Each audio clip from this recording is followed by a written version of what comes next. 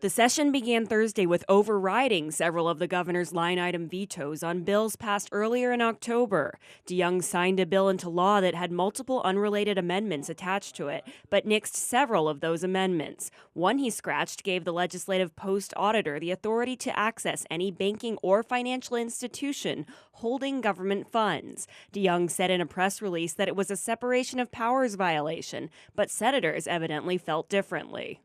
The governor believes that that is an infringement on the separation of powers.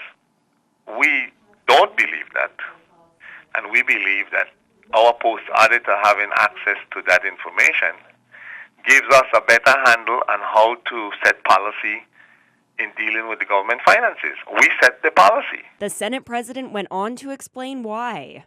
Conceptually, the legislature needs access to real-time money and how that money comes into the government coffers, and the post-auditor will get that information based on the legislation that we overrode.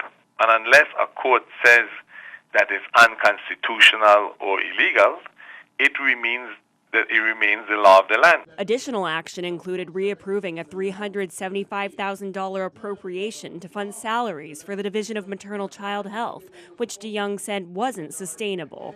The reason for the override simply, I think the legislature is getting, the picture that we set policy and the governor is supposed to implement the policy. And if the governor disagrees with a policy of the legislature, we simply override it. Charlotte Hancock, News 2.